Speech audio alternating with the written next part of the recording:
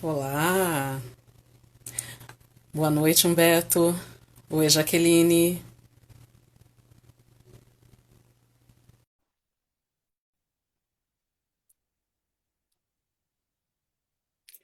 Aguardando a conexão do Humberto. Oi, Humberto. Boa Olá, tudo noite. bem, irmã? Tudo. E com você?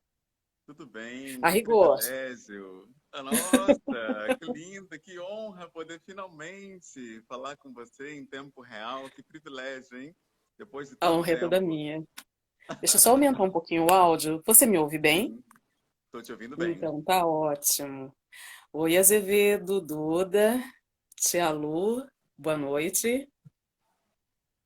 Eu agradeço a todos por estarem aqui, principalmente a você, Humberto, uma pessoa a quem eu admiro muito e acompanho à distância, afinal, estou no interior de São Paulo e você no Rio de Janeiro. É Oi, verdade. Tainá. Oi, Luiz. Mas é uma pessoa que eu admiro bastante e acompanho aí o trabalho, o perfil, Pais Pretos, e a gente vai conversar sobre isso hoje, tudinho. Explicar o que vem a ser o Pais Pretos e também um pouco da sua expectativa em relação à política, o que que você deseja para o teu filho, né? Eu ia falar no plural, hein? Tô profetizando já. Ah, Para o Apolo, numa vida muito melhor. Tudo bem, Carol? Luiz? Bem, o propósito desse convite, Luiz, é o seguinte: você está num perfil voltado para candidatas, a maioria candidatas, que concorrerão às eleições, vereadoras e também prefeitas, mas há muitos rapazes aqui também que nos acompanham. E desde quarta-feira a gente vem promovendo aí um debate sadio a respeito do ponto de vista do eleitor. O que que ele espera, o que que ele está vendo, se ele está realmente, né, com vontade de ir até as urnas, de votar. A gente não tem urna, a gente tem, né, o equipamento eletrônico, a urna eletrônica, né? Eu já lembrei da urna de papel, né? Tô falando a minha idade aí. Mas o que que a gente espera? O que que você vê do seu ponto de vista, principalmente você estando aí no Rio de Janeiro, onde tanta coisa aconteceu hoje, né? é verdade. Então, conversar um pouquinho com a gente e mostrar para as candidatas, né, qual é o caminho, o melhor caminho para que a gente possa ter aí uma sociedade melhor. Sim, sim. É um privilégio muito grande. Eu te agradeço por esse espaço, te agradeço pelo acolhimento, pela oportunidade de estar aqui trocando com você sobre uma pauta tão importante que é a política. A gente percebe que muitas pessoas têm uma ideia de que não devem se envolver na política como se isso fosse uma opção, né? A verdade, a política, na verdade, faz parte do nosso dia a dia. A negociação, né? Ela está atravessando todas as nossas relações. Então, fazer político já é algo presente no nosso cotidiano. Então, independente de querer ou não, todos nós já somos envolvidos de algum grau na atuação política. Por isso, eu acho muito importante essa iniciativa. Parabenizo a você, a esse espaço por trazer essa pauta. E estou aí, né? Estou disposto, né, a colocar o que a gente recebe no nosso coletivo, quanto expectativas e também o que eu pessoalmente espero da política. Ótimo. Bem, deixa eu te fazer as honras direitinho. O Humberto é educador, é intérprete, mas o que ele mais tem feito ultimamente é atuar, é trabalhar no perfil Pais Pretos. Eu gostaria muito que você aproveitasse, né, o espaço e explicasse o que vem a ser esse projeto que você possui para a gente entrar realmente no foco do assunto que é política e por que não, né? Misturar essas duas situações, esses dois assuntos que é de tamanha importância. Por Bom, favor, explique para a gente que. sim, sim. Esse coletivo, na verdade, ele não foi nem. Me apresento como idealizador, mas ele não foi algo idealizado, na verdade. Porque quando eu soube que seria pai em 2018, eu perguntei nas redes sociais se alguém conhecia um pai preto presente para me apresentar, para a gente conversar sobre a paternidade e também sobre esse cenário do racismo no Brasil, como educar uma criança imune a essas questões do racismo, se isso seria possível. E vários pais deram a ideia de a gente criar um grupo no WhatsApp para falar da educação antirracista com os filhos, para abordar, para saber como abordar a questão racial. Só que, logo nos primeiros dias do grupo, já teve relatos, assim, pesadíssimos. Pai, por exemplo, dizendo que o filho de 4 anos não queria ir para a escola porque o amiguinho falou que não gostava de sentar perto de menino preto. Então, esse pai disse que saiu de perto para poder chorar, para poder conter a sua emoção diante desse grito de socorro de uma criança. E a gente aprendeu ali que, na verdade, era uma rede de apoio, não era um grupo de bate-papo. Então, Eu vou o pausar só um impacto... pouquinho, Beto. Oi? Estão dizendo que o som está muito baixo. Você me Ah, ouve tá muito bem? baixo? Eu tô te ouvindo Sim, bem. Você tá me você. ouvindo? Ótimo. Bem, eu não sei o que pode estar vendo, porque o meu está no total aqui. Eu tô te ouvindo Eu muito gostaria que as bem. pessoas se pronunciassem, quem está acompanhando a nossa live, e É, respondam para mim se o som está legal, por favor. Me perdoe por interrompê-lo. sim, talvez possa ser da conexão, né? Isso, pode ser. É, Tudo bem, pessoal? Tá tudo bem com o som? cadê? Tem uma galera que entrou agora, vamos ver. Isso. Ah O lá, tá Thiago falou que ótimo. tá ótimo. O Thiago falou que tá ótimo mesmo. Ah, é isso. Então, como eu estava dizendo, o grupo começou como um bate-papo, mas com esses relatos, um mais forte que o outro, que foram chegando, eu percebi que, na realidade, aquilo era uma rede de apoio, né? Era uma rede de apoio que a gente estava gerindo, na verdade. Então, foi muito importante. E aí, em pouco tempo, as mães se juntaram. A gente tem agora pais e mães pretas conversando. Tem um grupo específico das mães. E um quarto grupo nasceu também para pais e mães brancos, que têm filhos adotivos pretos ou enteados pretos trocarem com a gente também. Então virou uma verdadeira rede de apoio. Foi muito interessante esse caminho, né, do coletivo. Hoje é uma coisa muito maior do que eu imaginava. A gente fala para escolas, para empresas, falamos sobre educação antirracista. Então, é uma diversidade de atuações. Hoje mesmo eu falei com a Fundação Telefônica, né, a empresa Vivo, com os funcionários sobre paternidade preta. Ou seja, virou algo muito maior do que eu imaginava. E é muito bacana ver a paternidade preta ativa, afetiva e efetiva ganhando visibilidade, né? Ganhando espaço. Eu acho que isso é muito importante num país que marginaliza tanto a paternidade, né? O Tiago trouxe uma pauta importante aqui, que ele faz parte de um grupo específico para pais com filhos com síndrome de Down. Se fala pouquíssimo nisso também. É outra pauta muito invisibilizada, que são as crianças que têm necessidades especiais. Então, nós é que fazemos esse trabalho, é um trabalho de base. A gente cria e a gente cria realidade através dos nossos movimentos. Eu só estou hoje falando junto para empresas, escolas e organizações, porque lá atrás, em 2018, um grupo de pais pretos resolveu se unir para falar do seu afeto, da sua paternidade, da sua sensibilidade. Então, o trabalho de base é o trabalho que eu realmente acredito e tem tudo a ver com a nossa pauta, que é a pauta da política.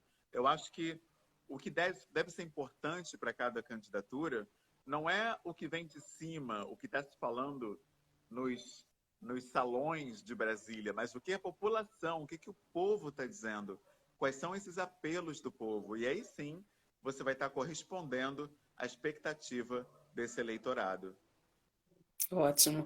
A Gabriela Reis, ela fez uma colocação um pouquinho antes, perguntando como lidar com o racismo. A gente vai mudar um pouquinho, né, a curva, mas como lidar com o racismo agora, próximo ao Dia das Crianças? Ela gostaria de lhe fazer essa pergunta. Eu acredito muito na representatividade, mas a representatividade, não essa representatividade recreativa que a gente vê, por exemplo, nas empresas que coloca um funcionário preto e diz que não é racista, né? Representatividade Uhum. verdadeira, em que você vê um abraçar da totalidade preta. O que é isso? Não é só botar um preto, até porque as escolas, por exemplo, elas colocam alunos pretos ali, mas não tem uma visão positiva, por exemplo, do continente africano. Se coloca a África como um lugar de doença, um lugar de pobreza, um lugar de onde vieram os escravos. Então, não adianta nada você incluir pessoas pretas, mas não acolher verdadeiramente essas pessoas. Então, essa representatividade, no caso das crianças, ela é feita com histórias, com protagonismo preto, desenhos e animações com personagens pretos, isso é importantíssimo também. Apresentar uma diversidade de amiguinhos pretos para essa criança, para que ela não se veja como única também, e se ela for branca, para que ela entenda que a diversidade é algo natural. A gente precisa fazer um trabalho, mais uma vez, de base, né? A gente precisa fazer com que seja algo natural na vivência dessa criança o afeto preto. O nosso filho, por exemplo, tem apenas 1 ano e 4 meses e ele vê os pais dele se beijando, os pais dele se abraçando. Ele vê amor preto no cotidiano dele. Então, isso não é algo que ele vai ver como uma espécie de política pública, algo que tem que acontecer. Ele já vai ver isso naturalmente no cotidiano dele, como já é assim.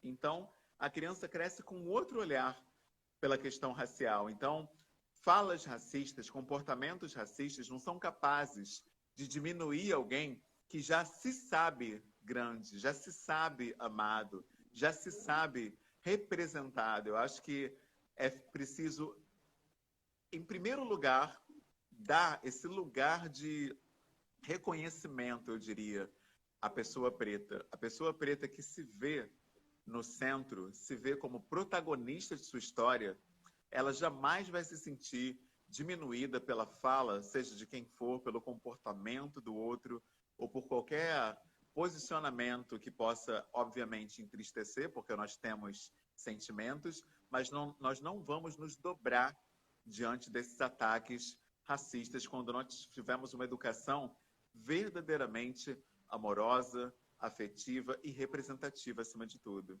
Então, acredito nesse trabalho de base. Como é bom falar com você, bom te ouvir. E nessa leva, né? Ainda falando sobre racismo, eu gostaria de perguntar para você como é criar um filho, não especificamente no Rio de Janeiro, mas as notícias que a gente recebe, os problemas de violência que a gente recebe, em sua maioria são noticiados aí no Rio de Janeiro. O seu ponto de vista com relação a isso, isso serve também para as candidatas, porque muitas das pautas, eu seria títulos, não pautas exatamente, diz respeito à violência. Ontem a gente falou a respeito da violência contra a mulher, e há também, né, um discurso a respeito do racismo e também da violência, que muito nos afeta, nós negros. Então, o que você diria a essas candidatas de efetivo, de uma ação realmente efetiva para a gente reduzir esse número, que inclusive ontem foi noticiado uma pesquisa que aponta o que a gente já sabe, né? Estatisticamente, nós estamos num nível muito elevado de mortalidade por conta do racismo. Isso é muito doloroso, isso é muito triste. A gente percebe que o racismo nos alcança já na creche, ou seja, você bebê, o racismo já está ali na sua vivência. Então, eu acredito que leis mais duras com casos de racismo é uma coisa assim para ontem que deve ser fomentado. E quem faz as leis são os políticos. Então, é preciso projetos de lei que responsabilize, por exemplo, responsáveis de crianças nas escolas sobre casos de racismo. Hoje em dia você tem o direito de responsabilizar, mas ainda é uma coisa muito branda. O pai chega, fala alguma coisa e está tudo certo, tudo é resolvido. Eu acho que as leis precisam olhar com mais atenção a questão racial, porque, infelizmente, a gente tem casos inúmeros em que a pessoa faz um pedido de desculpa e aí tudo é esquecido, tudo cai no esquecimento. Ou então, o advogado alega que a pessoa tem transtornos mentais e ela volta para casa como se nada tivesse acontecido. Então, é preciso que hajam Exatamente. projetos de leis que olhem melhor para essa questão. É preciso também que a lei 10.639/03, que fomenta o ensino da cultura afro-brasileira nas escolas seja de fato implementada. A gente sabe que a maioria das escolas não respeita essa lei e só fala da cultura afro-brasileira no mês de novembro, que é o mês da consciência negra, e mesmo assim, de um modo extremamente caricato, extremamente preconceituoso, pintando alunos de preto, colocando tanguinhas nos alunos para eles fingirem que são de uma tribo africana, como se em África não se produzisse conhecimento, não se produzisse filosofia, matemática, engenharia, arquitetura e por aí vai. Então, é uma visão muito pobre de África que é passada nas escolas. Eu acho que precisa haver uma atenção urgente da classe política sobre isso, porque, como muito bem disse o Silvio de Almeida, a escola ela é um braço do racismo estrutural. E isso é muito verdade. Eu tenho diversos casos de racismo que eu sofri já na infância, em que os professores simplesmente não faziam absolutamente nada. Não é à toa que entre a comunidade negra a evasão escolar seja tão grande. O preto não se sente acolhido na escola. E quando ele não tem uma base familiar muito forte, ele não resiste a esses ataques que hoje chamam de bullying, mas que são racismo, e ele acaba abandonando o espaço escolar. Na universidade não é diferente. Ainda há uma grande taxa de evasão escolar universitária dos alunos pretos, não só por questões socioeconômicas, mas principalmente por questões raciais. E isso precisa mudar. E, na minha opinião, um fator extremamente agregador nesse sentido seriam leis mais duras de punição, não só de punição para casos de racismo, mas fomentando a inclusão da pauta racial. Eu cursei a Universidade do Estado do Rio de Janeiro, que é uma universidade pública, e ainda assim, em 5 anos de universidade, eu não li autores pretos, eu não li um autor africano sequer, e mesmo nas matérias de língua portuguesa, matérias que são disciplinas brasileiras, onde você tem inúmeros produtores de conhecimento pretos, eu li autores negros. Ou seja, existe um esforço constante de nos invisibilizar. E tem matérias sobre isso, sobre racismo nas universidades. Tem matérias, artigos, estudos. Então, o que eu falo é totalmente embasado por fatos. Então, é preciso que se olhe para essa pauta urgentemente, porque enquanto o eleitorado não se vê na classe política, ele não vai acreditar na política. Muitos partidos que se colocam como inclusivos, como igualitários, não tem um líder sequer na raça negra. Você não tem um presidente de partido, você não tem no diretório nenhum líder, nenhuma liderança. No máximo você tem assessores parlamentares pretos, mas queremos mais do que isso. A gente quer se ver na classe política, a gente quer se ver protagonizando pautas, a gente não quer mais ser cota, né, na classe política. Muitos políticos colocam ali no partido 1 ou 2 pretos para dizer que não são racistas. Isso não basta, porque a gente está no país que tem a maior população preta fora do continente africano. Não dá mais para aceitar esse lugar de exceção. Já a população preta não aguenta mais isso, já deu um basta. Então, os políticos, as candidaturas que não olharem para isso, estão fadadas à derrota, porque a população já entendeu que se ela não se vê, ela não compra. Isso vale também para o voto. Exatamente. Bem, tem um pessoal fazendo algumas colocações e realmente concordando com tudo que você disse agora há pouco. O Tiago também até ironizou a questão, né, que hoje o racismo é bullying, infelizmente uma realidade a qual a gente enfrenta. Mas vamos lá, vamos falar de política, né? A gente falou de racismo, o racismo está envolvido, com certeza, na questão política, mas eu quero saber um pouco mais a respeito do seu ponto de vista sobre o Rio de Janeiro, sobre as próximas eleições municipais, o que que você espera, ainda mais com um projeto, um perfil chamado Pais Pretos, sobre o futuro do teu filho, como que você quer como você idealiza esse futuro para o teu filho, ou mais filhos, né? A Tainá tá aí por perto? Ah, não, Tainá tá vendo a janta do Apolo, tá na hora. Essa pergunta ela é muito, muito, muito séria, porque a gente, infelizmente, precisa de dados reais para acreditar na mudança. A gente precisa ver alguma coisa. Não é à toa que a pauta da representatividade é tão importante, porque se a gente não vê, se a gente não ouve, se a gente não tem nenhum dado real, a gente não tem fé, a gente não acredita que vai acontecer. Então, o que a gente tem ainda, infelizmente, de sobra, são casos de exclusão, casos de agressão, casos de violência, casos de morte de pessoas pretas. Aqui em casa, a gente tem um carro preto com um insufilme nos vidros e eu praticamente não dirijo esse carro porque eu tenho medo. Eu não sei o que pode acontecer. Eu não sei se a polícia pode achar que eu sou um criminoso em fuga. Então, geralmente, eu entro nesse carro quando a gente vai ao mercado, minha esposa dirigindo, eu no carona, e aí sim eu me sinto seguro, porque o racismo estrutural fez com que uma família inteira fosse fuzilada num carro, porque acharam que eram criminosos. E um pai foi morto diante de toda a família por soldados do exército. E isso é uma coisa que não é um caso isolado. 5 jovens pretos foram também fuzilados num carro. Então, é muito triste viver essa situação no Rio de Janeiro. Esses 2 casos aconteceram aqui no Rio.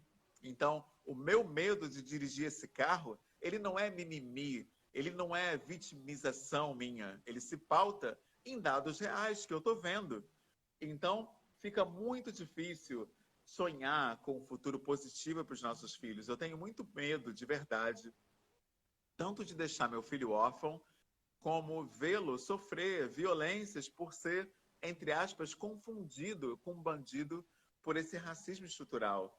Então, no momento, realmente, fica difícil até de sonhar, sabe, com uma sociedade igualitária, onde ele vai ser respeitado, amado. A gente ora aqui em casa diariamente para que ele seja amado na creche dele quando passar tudo isso, quando passar a quarentena e que ele puder ter uma creche, que a gente puder colocá-lo, matriculá-lo numa creche, já faz parte das nossas orações que ele seja tratado como gente na creche. Isso é tão absurdo. Eu tenho que orar para o meu filho ser tratado como igual, que eu me sinto ridículo até tendo que falar isso, mas é o que acontece, é o que nós fazemos. Nós oramos para o Apolo ser amado, respeitado e bem tratado na creche quando ele for matriculado depois desse período de pandemia. Então, até para sonhar com uma sociedade mais justa, a gente tem que fazer um esforço sendo preto. E não adianta ter classe alta, não adianta ganhar bem, não adianta ser dono de empresa, não adianta ter cargo público como eu tenho, não adianta ter um coletivo que já se transformou no empreendimento social e já gera receita. Não adianta nada disso, não adianta nada que a gente possa imaginar, nada blinda a gente contra esse racismo. É até o contrário, inclusive, porque quando o preto atinge uma certa posição social, ele é vítima, além do racismo, de um ódio social, especialmente por pessoas brancas que não conseguiram atingir uma independência financeira, um conforto financeiro. Então, a gente é vítima duplamente ainda, né? Tem uma outra questão que entra em um ódio social terrível. E, então, eu fico muito preocupado, muito pessimista ainda, né, com o futuro meu, do meu filho, da nossa família, a ponto de eu não ter nem mesmo expectativas positivas. Eu, sinceramente, não tenho expectativas positivas para a nossa vida, não. Assim, eu sonho, eu uso a minha fé espiritual, né, para sonhar por dias melhores, mas quando eu olho para a realidade à minha volta, eu só vejo exemplos que desanimam, né? A gente teve o último exemplo famoso aqui no Rio de Janeiro, foi o da menina Fatu, em que ela estava em casa, estudando no grupo da escola, grupo de WhatsApp, e até naquele grupo ela foi tratada com racismo, comparada a uma escrava, disseram que ela deveria ser vendida mais barato, ou seja, uma menina que também tem classe média, o pai tem um negócio muito bem sucedido, tanto é que ela estudava numa escola diferenciada do Rio de Janeiro, e ainda assim o racismo alcançou essa menina na sua casa, o que é mais doloroso. O racismo tomou uma forma delivery, ele foi por entrega via internet até a casa dessa menina para atacá-la, para diminuí-la, ou seja, nem no conforto de casa a gente está protegido contra esses ataques. Isso é algo seríssimo e por isso eu espero tanto que a classe política olhe com mais atenção ao cumprimento das leis, à mudança no legislativo, para que nós possamos, se não vistos enquanto gente, por um viés afetivo, por um viés humano, já que somos humanos, pelo menos por temor à lei. Porque, de outra forma, eu não vejo mudança plausível ou palpável no horizonte. A Tauri, eu espero que é assim que se pronuncie seu nome. Ela está dizendo que mulheres negras também são afetadas, né? São alvo Demais. desse preconceito e dessa raiva, tão logo elas conseguem mudar de patamar, saindo de uma situação vulnerável financeira para uma condição muito melhor. E essa raiva nos atinge, de fato. De É fato, é isso verdade. mesmo que acontece. Bem, eu gostaria de fazer uma pergunta para você. Você tem acompanhado um pouquinho, porque assim, hoje as redes sociais se tornaram realmente o maior canal de visibilidade dos pré-candidatos e provavelmente, né, você, por ser uma pessoa bastante atenta e conectada, está a par de quais serão os candidatos aí no Rio de Janeiro que concorrerão às eleições. Há negros em meio a eles ou a gente continua ainda à margem desse poder aí? Infelizmente, há negros, sim, mas como eu estava conversando numa live com o pai preto, né, Babalaô, Orixá, Ivanir dos Santos, infelizmente, aquela palavra nova que está na moda, o tokenismo, ele é predominante na classe política. O que é esse tokenismo? Né? Você coloca um preto ali para simbolizar que você não é racista e pronto. Para você, enquanto partido, a pauta racial já está contemplada. Não é preciso mais falar sobre nada, não é preciso problematizar o genocídio preto absurdo que mata um jovem negro a cada 23 minutos. Não é preciso falar sobre o fato de pessoas negras liderarem a evasão escolar, liderarem o encarceramento em massa no Brasil, liderarem as populações de rua, liderarem a população manicomial nos institutos e todos os hospitais psiquiátricos. Nós somos a maior população também, a população que mais adoece é a população preta, e a gente não vê essas pautas fazendo parte da campanha política de nenhuma candidatura. Então, infelizmente, essa diversidade, ela não nos contempla. Essa ideia da representatividade, eu vejo muitos políticos usando como bandeira, mas o movimento negro como um todo já questiona essa palavra representatividade, porque ela é lida exatamente assim, como colocando um para ser o nosso negro que nos representa, e aí a gente tira de nós essa chaga de ser classificado como racista. É como o Tiago bem falou aqui, eu já me vi obrigado a dizer muitas vezes, eu não sou seu negro, porque eles querem usar a gente o tempo todo. Então não dá. Isso acontece muito aqui. Você tem candidaturas que tem o preto ali, mas é só para maquiar, né? Maquiar um projeto de poder mesmo. Você coloca a pessoa preta, parece inclusivo, chega no poder e descarta aquele preto. O maior exemplo disso que eu posso dar é o próprio presidente da República. Eu lembro em campanha, ele nunca saía em público sem o Hélio Negão ali do lado. Nunca. Não existe registro público do Bolsonaro em campanha sem o Hélio Negão do lado dele. Cadê o Hélio Negão agora? Eu não vejo, praticamente. Ele faz uma outra live só para lembrar, olha, ainda está aqui. Mas mesmo assim, ele é secundário. Ele não tem um papel central nessa política brasileira. Então, esse caso, na minha opinião, é emblemático. Você pega um preto, chega onde queria, chegou lá, descarta esse preto, bota ele para escanteio e vai desfrutar do que você conquistou, inclusive surfando na popularidade desse negro, né? Porque as pessoas querem ver um preto no topo. Então, eu tenho certeza que grande parte dos votos que o presidente recebeu foi por andar com um preto do lado. As pessoas viram, tá vendo? Ele gosta de gente preta, tá vendo? Ele não é racista, é nele que eu vou votar. E aí votaram nele, qual é a primeira coisa que ele quer fazer? Tirar as cotas raciais das universidades públicas federais do Brasil.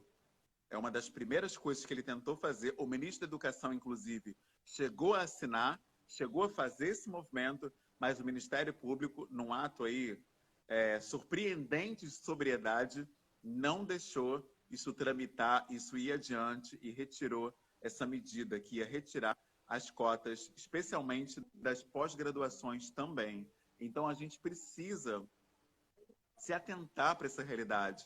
Quando fazem esse convite para uma candidatura preta, o próprio candidato deve se examinar e ver, eu estou sendo usado aqui? É preciso olhar isso, é preciso pensar nisso. Eu próprio já fui convidado na minha carreira diversas vezes para ser usado por empresas, por pessoas, e disse não. Eu entendo que às vezes a gente não tem essa força, porque ser usado, muitas vezes, dá a gente o chamado lugar ao sol, né? Você consegue um cargo, consegue um salário, uma visibilidade, mas a filosofia africana nos ensina que nós somos um coletivo, somos uma rede, somos um povo. Então você não deve se enxergar apenas como aquele que vai ganhar um salário de 12 mil reais ou de 8 mil reais como vereador e vai livrar, né, vai se livrar dessa pobreza, talvez investindo em imóveis e tal, olhar só para si e esquecer que você é parte de uma coletividade. Que isso, infelizmente, é o que acontece. Candidaturas pretas se dobram ao racismo estrutural para chegar naquele local ali, naquele local de destaque, naquele local de uma renda melhor para sua família e para si, e acabam se esquecendo do próprio povo que colocou eles ali. Então é muito importante que a classe política não se permita ser massa de manobra. Bem, vamos falar de uma coisa recente, foi anunciada ontem, houve uma votação, não diria uma votação, houve um anúncio de um auxílio para as próximas eleições, não serão válidas para esse ano, e sim para 2022, onde os negros terão uma participação maior e um financiamento também maior, dentro do contexto que você acaba de explicar. O que você acha a respeito disso? Bom, infelizmente, a ideia é maravilhosa, mas a gente sabe como ela vai ser usada. Mais uma vez, vai ser usada como plataforma de manobra. Assim, eu gostaria muito, né, de acreditar que isso significaria para a gente um avanço, mas eu estou acostumado a ver, sabe, como o povo preto é usado. Isso não vai mudar. A gente precisa, enquanto estrutura, fazer um trabalho de base. Eu acho que esse é o movimento, esse é o caminho. Um partido preto, por exemplo, a gente tem algumas tentativas, tem o Frente Favela Brasil, mas eu acho que, infelizmente, esses lugares de exceção que a gente tem se contentado, eles acabam não sendo capazes, né, de nos promover a uma posição que nós gostaríamos de fazer diferença. Se um partido é majoritariamente branco, tem uma agenda branca, dificilmente aquele preto que ele coloca ali vai ter espaço ou viabilidade de realizar as mudanças que ele quer ver na sociedade. Então, eu não coloco nem a culpa nesses políticos que conseguem se candidatar e se eleger, não. Eu entendo que é maior do que eles. Tudo depende de votação, tudo depende de fórum. E como é que você vai ter fórum se você é minoria naquele espaço? Isso não vai acontecer. Por isso eu acredito muito em partidos pretos, porque num partido misto, onde o preto é exceção, ele só vai ter algo viabilizado quando for de interesse da maioria. E mesmo assim, esse interesse quase sempre vai ter como objetivo final algo que exclui esse preto. Então, eu sou muito pessimista ainda com essa medida. Eu acho que, ao mesmo tempo que ela possa ser positiva, eu realmente não acredito que vamos sair desse lugar comum, né, da massa de manobra. Eu acho que a gente precisa ensinar, como o amigo Tiago falou aqui, ensinar política, ensinar o fazer político. A escola tem uma responsabilidade enorme nisso. Eu lembro mais uma vez do grande Silvio de Almeida, quando ele fala que a escola é um braço do racismo estrutural, duplamente. Ela não é um braço do racismo estrutural só quando ela silencia sobre a grandiosidade imensa do continente africano. Ela também é um braço do racismo estrutural quando ela não ensina como funciona a política, por exemplo. Eu acho que a escola precisa falar de política, ensinar como funciona a vida política. São tantas matérias, são 12 anos de vida escolar. Por que não inserir?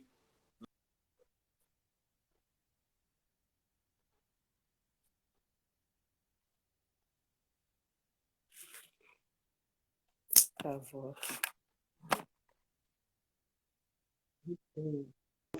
Para mim, essa mudança ela deve incluir a escola, deve ser feito um trabalho de base para a gente ver a sociedade mudando de fato, sabe? É o que eu acredito nessa área. Entendo. Bem, o que você colocou e o que realmente ficou gravado a mim foi que a escola ela tem um papel fundamental Sim, e que as candidatas elas precisam se atentar em leis que realmente promovam a mudança, mas a mudança da base, de base, para que a gente tenha um futuro melhor, né? Que elas se atentem a exato. isso. O nosso trabalho de mentoria, Humberto, ele prega muito isso, né? As pautas, elas precisam ter um propósito e elas precisam ter um começo, meio e fim. Não adianta você bater no peito e você dizer que você é contra o racismo. É necessário construir pontes ou fazer valer realmente aquilo que você está brandando, justamente para que esse racismo ele venha a, a diminuir ou ser rapidamente identificado ou ser compreendido e eliminado. Enfim, a gente sabe que é um problema muito complexo, mas há necessidade de se tratar desse assunto, de se falar desse assunto sem o mimimi, porque não é mimimi, né? Para quem está do outro lado, para nós que temos a pele retinta, não se trata de mimimi, muito pelo contrário, a gente enfrenta diversos problemas. Você me emocionou muito ao dizer que não sai com um carro totalmente preto e com esqueci agora o O recurso isso filme nos escuro, vidros, é verdade. escuro por ser porque você pode ser considerado suspeito, né, ao andar com ele.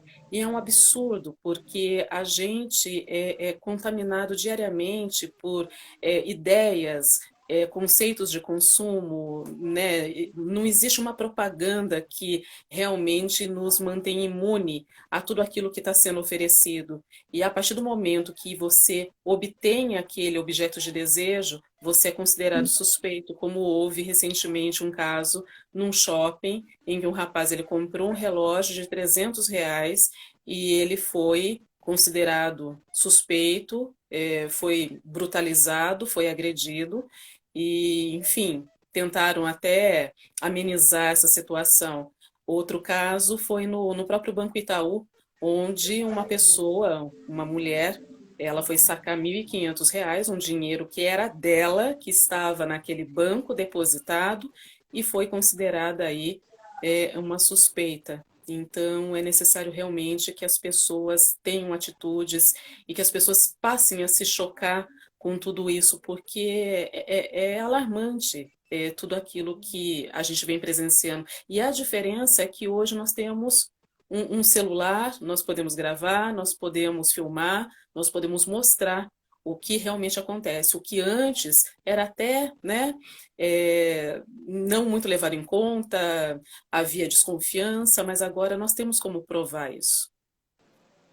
É verdade, é muito triste, né? A gente vê tantos casos, e principalmente pelo fato de ser a maior população preta fora do continente africano. A gente devia estar em casa aqui nesse país, né? A gente devia estar acolhido aqui. E a gente vê que a gente não é acolhido no shopping, a gente não é acolhido na escola, a gente não é acolhido sequer nas igrejas, que é onde se fala tanto de amor, de amar ao próximo. O preto não se vê na igreja.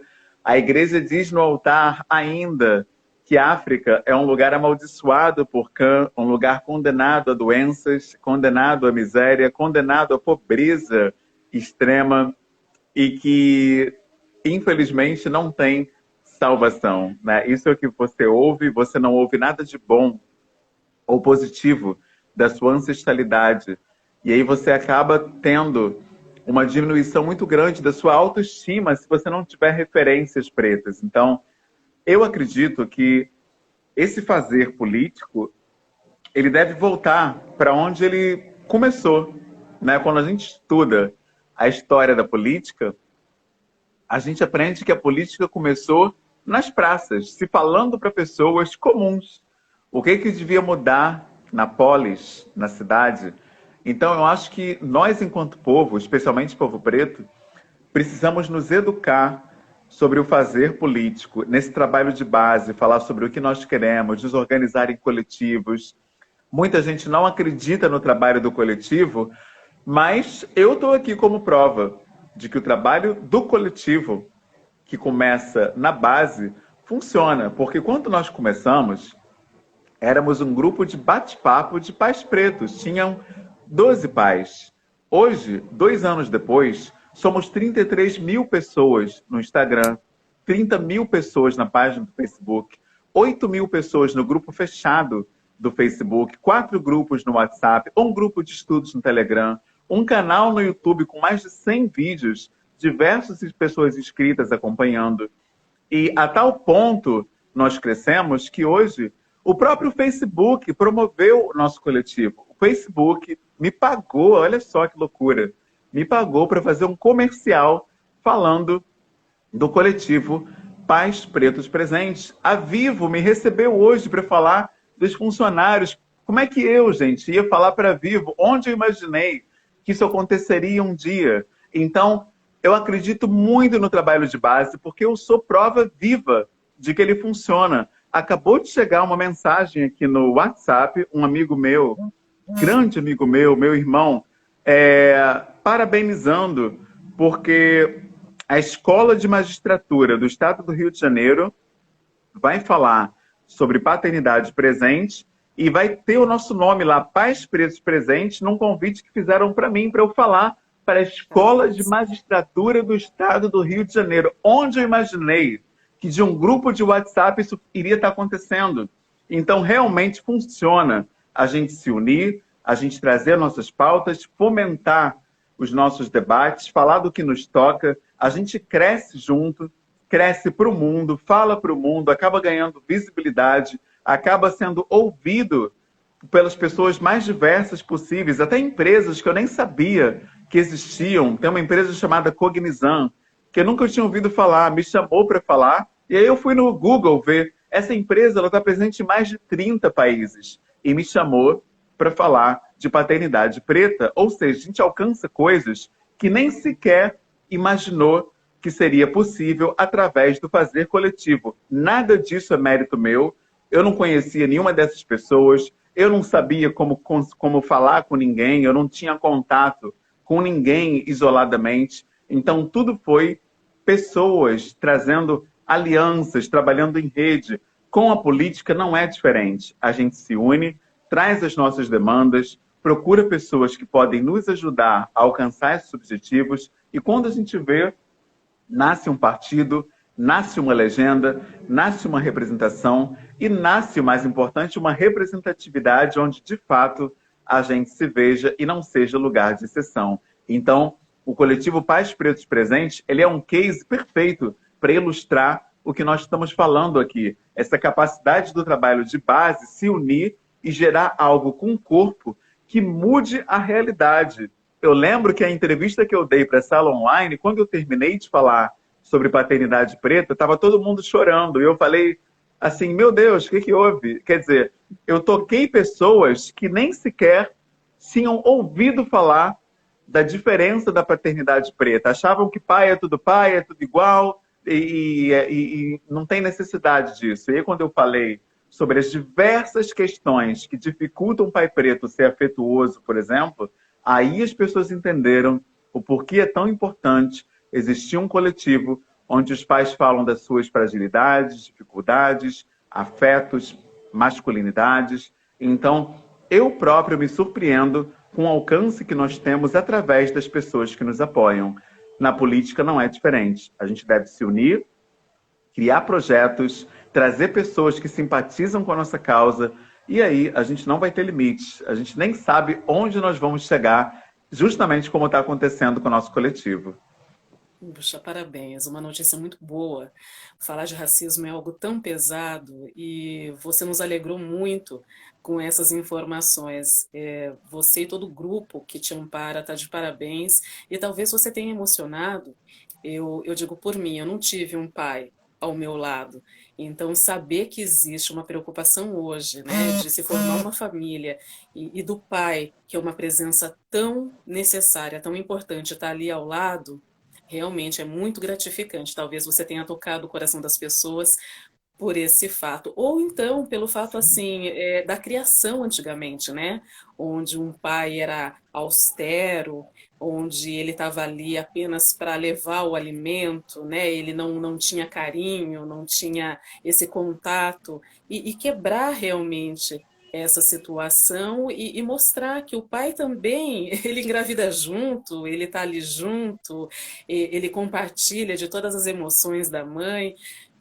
Talvez seja isso, né? Para cada pessoa um sentimento diferente, mas a mim se traduziu dessa maneira. Eu não É tive um pai verdade. presente e ter um pai teria sido diferente caso eu tivesse um pai presente na minha vida. Então, você está de parabéns por conta desse. Eu acho que não é trabalho, eu acho que é um prazer, né? Com Tá levando certeza. conhecimento e Uma educação honra. para todos os lugares. Bem, Humberto, a nossa conversa realmente ela tomou uma proporção bem diferente, mas eu acredito que esteja sendo gratificante a todos. Eu gostaria de abrir o espaço para quem quiser fazer perguntas ao Humberto, sintam-se à vontade, tá? Voltando, o nosso encontro aqui, a nossa live é sobre política, mas é claro, não há como se dispensar o assunto racismo, né, que está tão presente na nossa vida, lamentavelmente, mas pelo que vocês viram, há meios da gente contornar, e o Humberto é uma dessas pessoas que está encontrando aí lacunas e está conseguindo um lugar de fala justamente para melhorar a vida de todos nós, né? Eu estou É aqui verdade. diante, mas eu me sinto abençoada também. Com certeza. A nossa irmã Tauri, ela falou algo importantíssimo, né? Porque hoje você tem pais até mesmo que engravidam. Eu fiquei tão tocado, mas tão emocionado com a live que a gente fez com um pai trans, que mexeu muito comigo, né? Ele é o chefe Thales Alves, ele participou de uma edição do MasterChef, inclusive, e eu vi, ele postou o ensaio dele da mastectomia, quando ele retirou os seios e pôde assumir a sua masculinidade, a sua identidade. E eu achei aquilo tão bonito, assim, você vê alguém, um homem preto, que se pode se reconhecer homem, pode se reconhecer como se vê, pode ter a sua companheira, o seu filho, e falar dessa paternidade.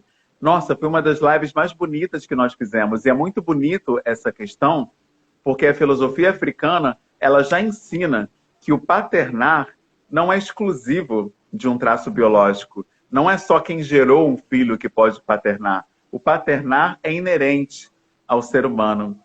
Então, foi lindo demais poder viver essa troca, essa conversa e poder saber que existem espaços, né? E essas pessoas podem se sentir acolhidas entre nós. Eu acho que falta muito isso.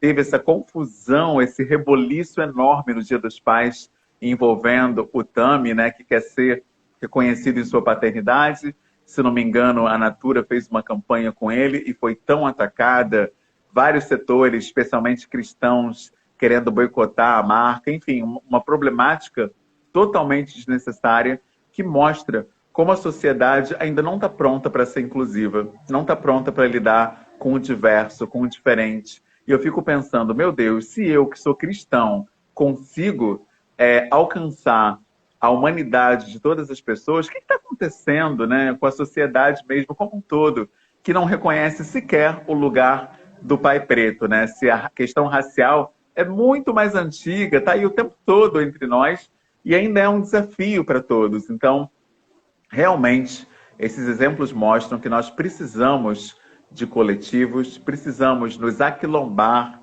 estar uns com os outros, porque essa sociedade racista ela realmente nos adoece. Então, a solução para isso é o aquilombamento, é a gente estar junto. E na política não é diferente. O candidato precisa dialogar com a divergência, precisa dialogar com a comunidade preta, precisa dialogar com o eleitorado preto. Enquanto isso não acontecer, dificilmente eles vão ter a visibilidade que tanto desejam. É preciso dialogar com a diferença. Sem isso, não tem a menor chance de progresso. É verdade, é verdade. Bem, tem uma pergunta aqui, Humberto. Deixa eu só verificar. Não, vocês poderiam deixar a live salva, com certeza. Ela será deixada, ela será mantida. Pode ficar tranquilo. E o Tiago, que já fez a pergunta, inclusive, ela já foi respondida. Alguém mais O gostaria Thiago de é um fazer candidato pergunta? também. Fiquei muito feliz em saber que ele é candidato. Um Poucos homem preto. minutos. O Thiago é um homem preto, um homem pai, pai de uma criança especial. Então, eu acredito muito nessa candidatura, né? Eu acho que precisamos de candidaturas plurais, né? As mais diversas possíveis. Falta muito isso ainda, né? Nas candidaturas brasileiras. Então, tá muito bonito ver que está havendo uma pluralidade de pessoas no cenário político, né? Não só em partidos de esquerda, mas nos partidos mais diversos. Acho que todo mundo está se revendo nas suas pautas. Eu acho que a gente precisa de pluralidade, acima de tudo. Sem dúvida. Bem, Beto, estamos chegando ao final. É tudo muito rapidinho. Travou de novo. Vamos aguardar.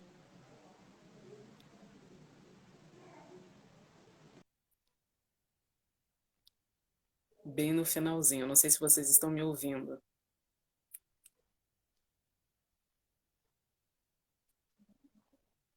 Bem, caso vocês estejam me ouvindo, saiba que houve um problema de conexão, mas eu gostaria de agradecer a todos vocês que permaneceram até o momento, quase uma hora, ouvindo a nossa live e assistindo. Eu sei que há muitos amigos dele. Ah, ele acabou saindo. Travou mesmo, Thiago. Eu sinto muito. Eu acho que ele está tentando voltar aqui, mas está faltando pouco para nós encerrarmos. Deixa eu verificar.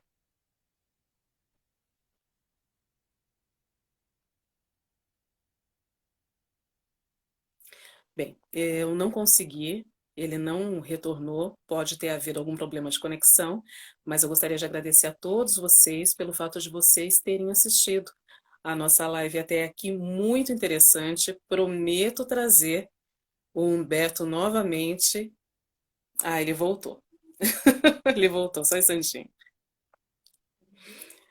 Trazer o Humberto novamente aqui para uma conversa, porque há muito que se conhece, há muito. Oi, Humberto, caiu a conexão, eu estava até me despedindo, porque falta poucos minutos agora para o término. Não podia deixar de vir só para me despedir, né? E agradecer imensamente por esse espaço. Muito obrigado. Eu que te agradeço, sempre muito bom falar com você. Há muito tempo, alguns meses já, a gente não conversava, mas eu fico muito feliz e desejo que você prossiga, que você tenha muito sucesso, que você atinja muitas pessoas. Pessoal, a conexão realmente não está legal, mas eu me despeço agora. Um beijo no Apolo, um grande Obrigado. abraço a Tainá, fique com Deus e até a próxima. Espero que seja breve. Até a próxima. Um abraço, irmã. Obrigada, pessoal. Obrigada, irmão. Tchau, tchau. Tchau.